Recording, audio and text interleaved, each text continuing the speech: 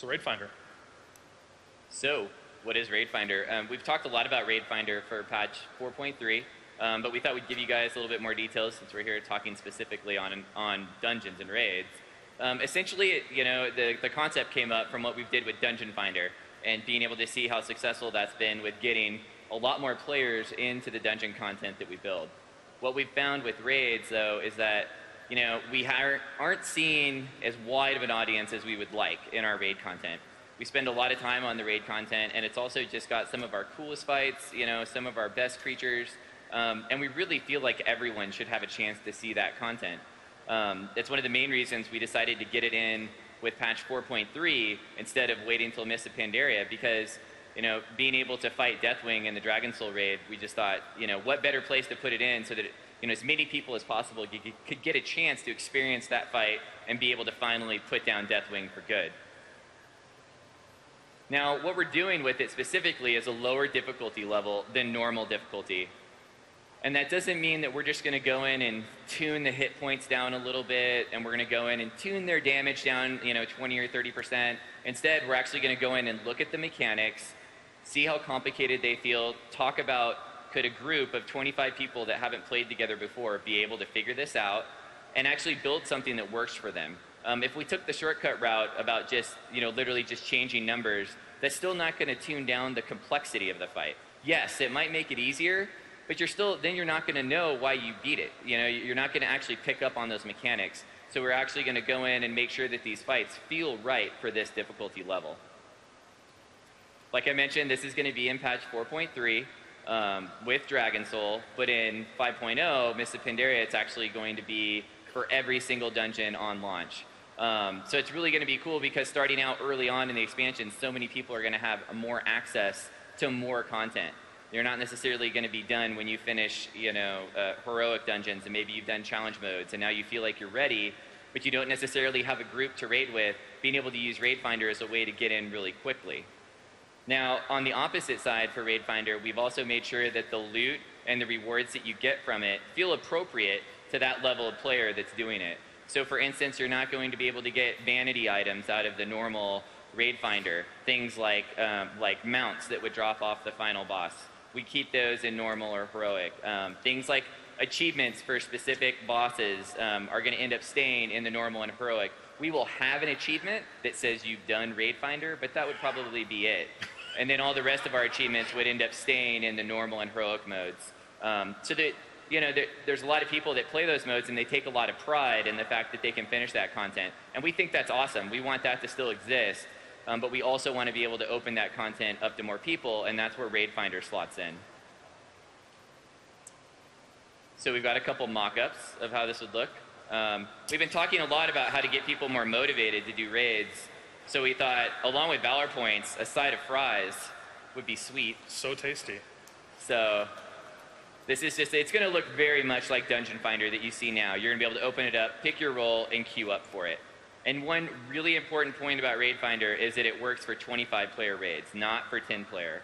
And we did that specifically because it's going to be so much better queue times if we do 25, because we can fill it with 17 DPS versus in a 10-man where we use a much smaller number, and the queue times would just be way bigger. So 25-player raids end up working much better for Raid Finder than 10-player. And now Scott's going to hit on some of the goals we have for the expansion as a whole. Okay.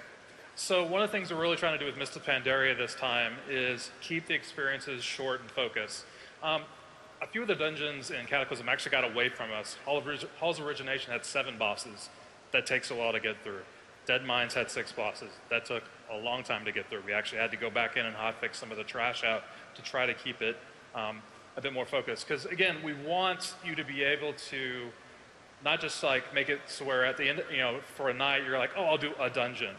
These things should be short enough so you actually like want to do a couple dungeons, or a dungeon plus some dailies, a dungeon plus some pet battles, a dungeon plus some battlegrounds.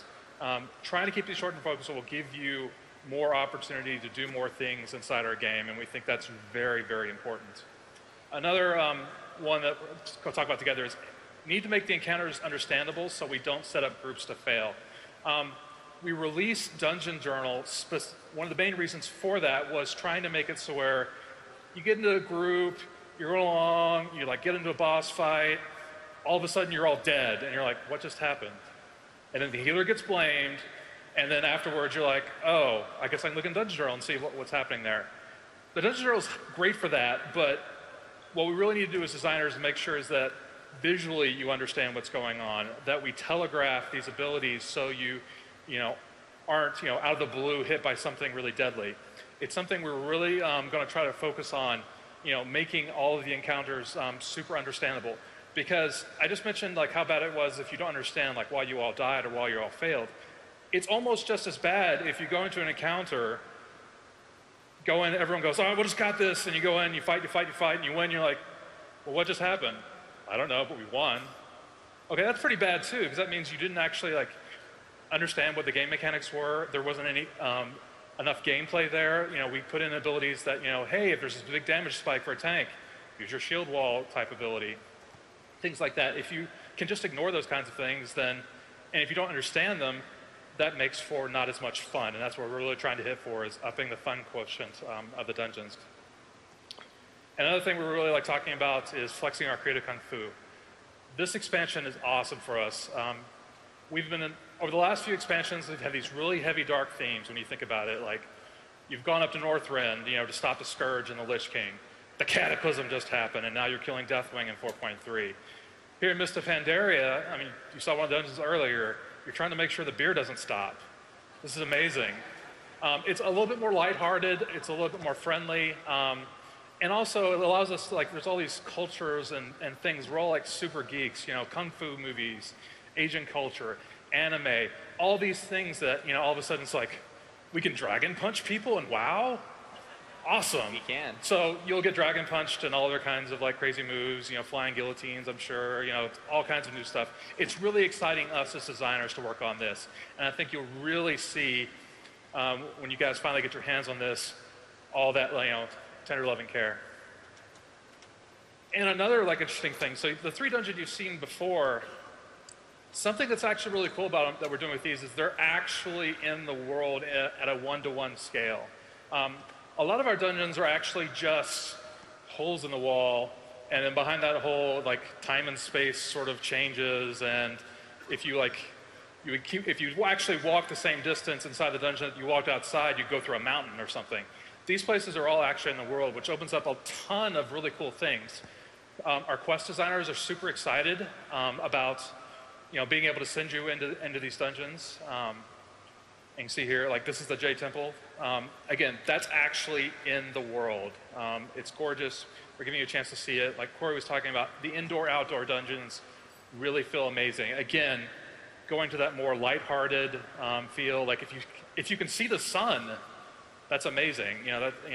Some of our dungeons before have been very dark, very heavy themes, while so many of these are, just gorgeous. So now, thanks for listening. Of course, we would not be here without all of you.